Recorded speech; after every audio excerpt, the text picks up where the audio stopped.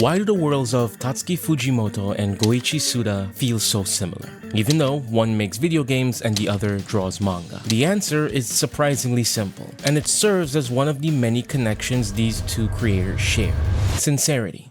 Because beneath the violence, absurdity, and chaos, both Suda and Fujimoto are obsessed with something deeply human: messy desire, loneliness, and the desperate need to feel like your life actually matters. Tatsuki Fujimoto really needs no introduction. The creator of Chainsaw Man, Fire Punch, Look Back, Goodbye Eri. His work speaks for itself. But if you're unfamiliar, let me introduce you to Goichi Suda, or rather, Suda 51. Hi, I'm Suda 51.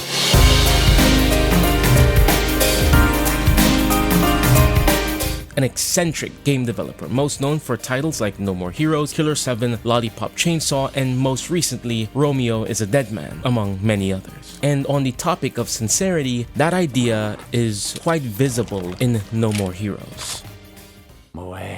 On the surface, No More Heroes is pure chaos, a hyper-violent action game about an assassin named Travis Touchdown, climbing the ranks of a bizarre underground organization of killers. But beneath all that spectacle lies something surprisingly honest. Because at its core, No More Heroes isn't really about assassins at all. It's about a lonely, pathetic man trying to prove that his life means something. He wants to be a hero, and he does so by indulging in mindless violence, and by the end, he gets what he wants, but it comes at a cost that's explored in the second game. He becomes a living legend and undoubtedly changes the world around him, inspires other assassins, but at this point, Travis doesn't view life as how he previously did. Life is supposed to be something precious. Mindlessly indulging in bloodthirsty violence is the opposite of that. Look at this blood! We humans are alive, even if we are assassins. Doesn't matter if it's a video game, movie, drama, anime, manga, we're alive! People shed blood and die. This isn't a game.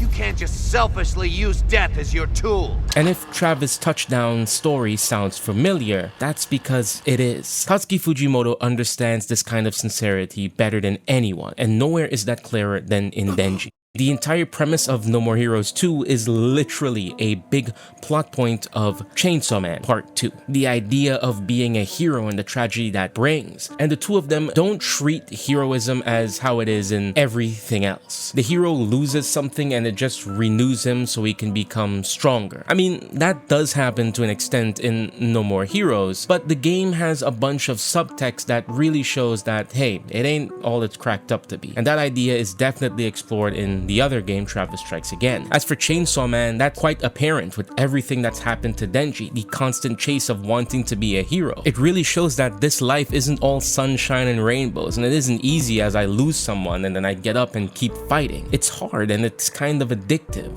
but I'll save that for my Chainsaw Man Part 2 ending video. Much like Travis, Denji lives a life driven by validation. His world is consumed by violence and he throws himself into that violence for something simple: affection. He fights devils for the approval of Makima, chasing the promise of love, belonging, and recognition. Killing the gun devil is the thing he believes that will finally make him necessary to someone. Because at his core, Denji wants the same thing Travis does: to matter. But like Travis, Denji is also running from something. His past is something he refuses to confront. A trauma so painful that his mind literally buries it. Something that Makima later reveals when she exposed the truth about his father. And something Jean reveals at the end of the first game about Travis's father. And even later, Denji continues this pattern. When confronted with overwhelming trauma, like during the fight with the falling devil, he quite literally destroys his own brain just to avoid thinking about it. Denji would rather live in the present, chasing validation, affection, and simple pleasures, than face the weight of his past. And there's also the obvious comparison with these two with the obsession of sex, but moving aside from that. Interestingly, that idea mirrors a philosophy that appears throughout the works of Goichi Suda, the idea of killing the past. But it's especially central to No More Heroes 3, where Travis eventually confronts Fu, a bloodthirsty, arrogant loser, not too different from the person Travis himself used to be. But there's another story in Suda 51's work that resonates with Chainsaw Man even more than No More Heroes. Picture this. A young man dies at the hands of a monster, only to be resurrected, his body transformed into something inhuman. A half-human, half-machine wielding a chainsaw as a weapon. Later, he falls in love with a woman he barely understands, a distant, enigmatic figure who isn't quite what she seems. Someone with the power to influence and control the people around her. At first, she exists in the protagonist's mind as a love interest, someone to admire, someone to follow. But eventually, the truth is revealed. She isn't the woman he thought she was. She's something far more powerful and far more dangerous. And in the end, the protagonist is forced to confront that reality and destroy the very person he once loved. Now, what does that sound like to you? Chainsaw Man, right? Except I'm not talking about Chainsaw Man at all. That is the plot of Romeo is a Dead Man. It follows Romeo Stargazer, a small-town cop whose life changes one night during a routine patrol. On the side of the road, he meets a mysterious woman named Juliet. The two quickly fall into a romantic relationship, until one night Romeo is attacked and killed by a creature known as a white devil. But death isn't the end for him. Romeo's grandfather resurrects him through a grotesque transformation, turning him into something no longer fully human. A half-man, half-machine figure wielding a chainsaw-bladed energy sword. Now reborn, Romeo becomes an FBI agent traveling across space and time, hunting space-time criminals, all while searching for the woman he believes he loves, Juliet. But as Romeo continues his journey, something strange begins to happen. He keeps encountering Juliet again and again and again. Each time she appears different, sometimes hostile, sometimes distant, sometimes barely recognizable, and every time Romeo is forced to fight her, he insists on the same thing. I wasn't the real Juliet. Through all of this, Romeo is haunted by disturbing nightmares, something that feels strikingly similar to the reoccurring dreams Denji experiences in Chainsaw Man, all tied to the mysterious door he refuses to open. Eventually, the story reaches its climax when Romeo finally confronts what he believes to be the real Juliet,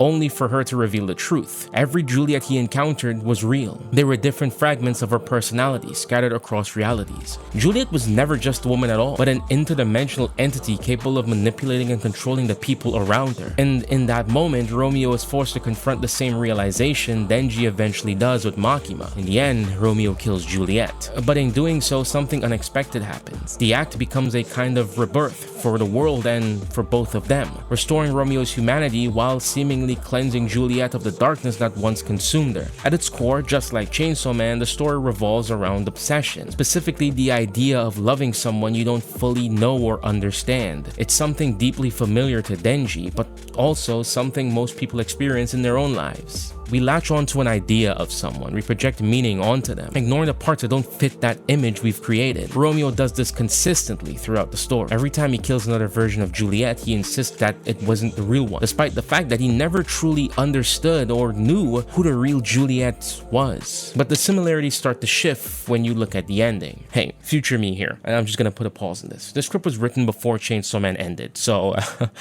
what I'm about to describe here and what I'm about to talk about can easily be applied to Chainsaw Man's ending as well. Let's keep that in mind. If you're enjoying this so far, don't forget to subscribe and leave a like. It greatly helps out the channel. Let's continue. The idea of rebirth, reincarnation, and enlightenment that defines the conclusion of Romeo as a Dead Man feels rooted in Buddhist philosophy. Life is an endless cycle of suffering, death, and rebirth, and only through confronting that suffering can someone finally move beyond it. You could stretch that idea to fit Chainsaw Man. Devils die, reincarnate, and return to the world again and again. The Control Devil itself embodies this cycle. After Makima's death, she returns in a new form as Nayuta, a rebirth that represents the possibility of something different. But the ending of Romeo as a Dead Man ultimately resembles another work by Tatsuki Fujimoto even more closely, Fire Punch. At the end of Fire Punch, Agni and Judah finally reach a kind of enlightenment after lifetimes defined by suffering. Their story closes on the idea that even after endless violence, destruction, and loss, the cycle can eventually lead to rebirth and peace. And just like Romeo, Agni spends much of the story chasing a distorted image of someone he loves. Throughout Fire Punch, Agni repeatedly confronts and even kills a version of Judah, at least when it comes to physical appearances. Yet his obsession with her isn't entirely about who she actually is. Part of that fixation comes from the fact that Judah resembles Agni's younger sister, Luna, who died at the very beginning of the story. The same trap appears again and again in Fujimoto's work. The human tendency to fall in love not with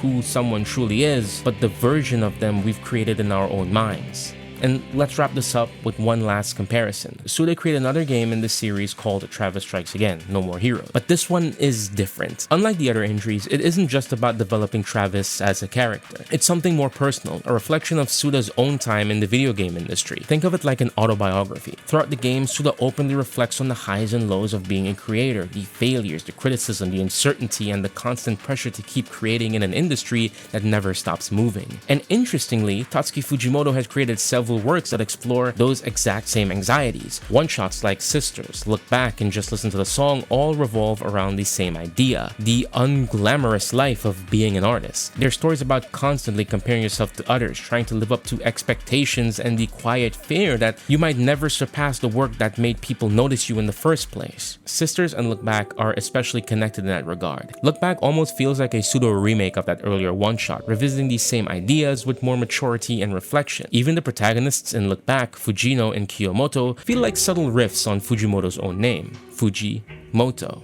And then there's Just Listen to the Song, which tackles a different but equally frustrating aspect of being a creator, misinterpretation. The story revolves around the way audience sometimes overanalyze art, projecting meaning onto something that was never meant to carry that weight in the first place. It's about the strange experience of watching people dissect your work searching for hidden meaning while completely missing the point that you were trying to say. In that sense, both Suda and Fujimoto keep returning to the same idea. Behind all the violence, absurdity, and spectacle in their stories is something much more personal. Creators grappling with their own doubts, their own experiences, and the complicated relationship between artists and the worlds they create. In other words, they're deeply human creators making stories that reflect that same humanity.